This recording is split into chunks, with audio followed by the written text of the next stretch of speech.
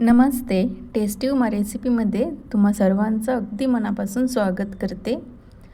तर मित्रांनो, सकाळच्या धावपळीत तुम्हाला जर पीठ मळायचा कंटाळा येत असेल, लाटायचा कंटाळा येत असेल किंवा स्टफिंग भरायचं नसेल, तर ही रेसिपी खास तुमच्यासाठी.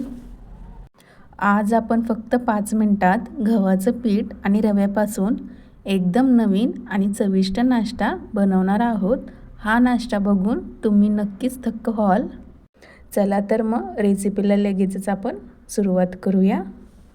सर्वात आधी एका भांड्यात 1 कप आपल्याला बारीक असा रवा घ्यायचा आहे.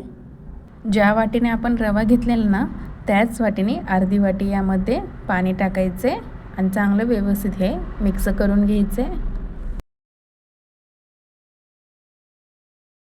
आता या रव्यामध्ये आपल्याला 1 वाटी गव्हाचं पीठ घ्यायचं आहे. गव्हाचं पीठ 1 वाटी चाळून यामध्ये टाकायचं, ज्याच्या आपण रोज पोळ्या बनवतो, आणि त्यात 1 कप पाणी हळूहळू घालत जायचं आहे. पाणी एकदम न टाकता थोडे थोडे टाका आणि चांगले मिसळा, जेणेकरून यात गाठी अजिबात होणार नाहीत. बघा, हे बॅटर अगदी रबडीसारखा गुळगुळीत आणि पातळ तयार झाला आहे. आता यामध्ये आपल्याला चवीनुसार हे मीठ टाकून घ्यायचे.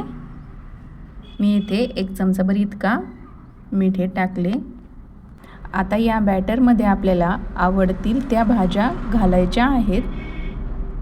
तुम्ही तुमच्या आवडत्या कोणत्याही पालेभाज्या किंवा भाज्या यामध्ये तुम्ही टाकू शकता.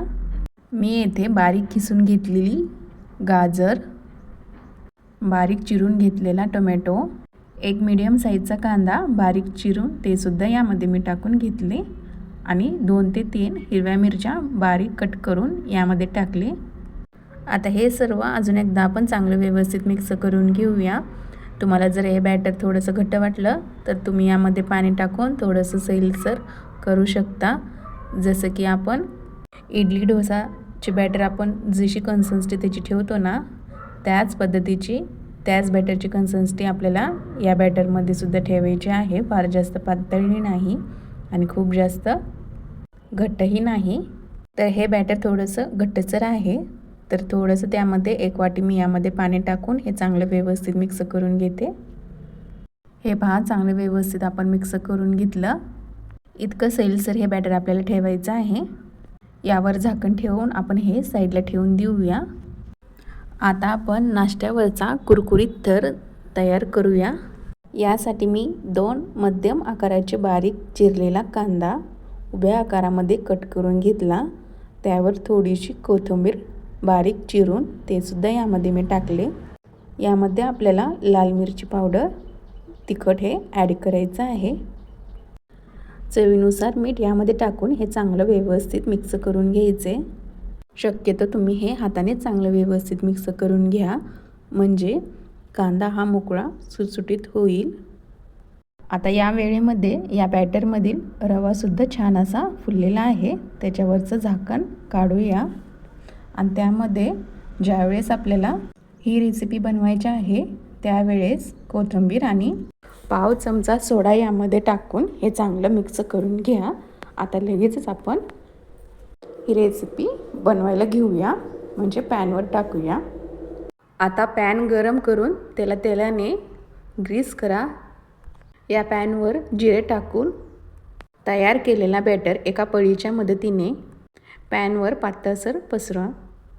तुम्हाला जेवढा बनवायचा आहे त्यानुसार बॅटर यामध्ये टाकून ते पातळसर पसरून घ्या, आणि वरून आपण साईडला ठेवलेला कांदा हे सर्वत्र टाकून घ्या. खालची बाजू शिजली आणि सुकल्यासारखी वाटली तर ते अलगद पलटून घ्या. तर मित्रांनो, तयार आहे हा आपला न मळलेला न लाटलेला 5 मिनिटात तयार होणारा कुरकुरीत नाश्ता. तुम्हाला ही झटपट रेसिपी कशी वाटली ते मला कमेंटद्वारे नक्की कळवा. व्हिडिओ आवडला असेल तर व्हिडिओला लाईक, शेअर आणि सबस्क्राईब नक्की करा. चला तर पुन्हा भेटूया एका मस्त आणि जबरदस्त रेसिपीसोबत. धन्यवाद.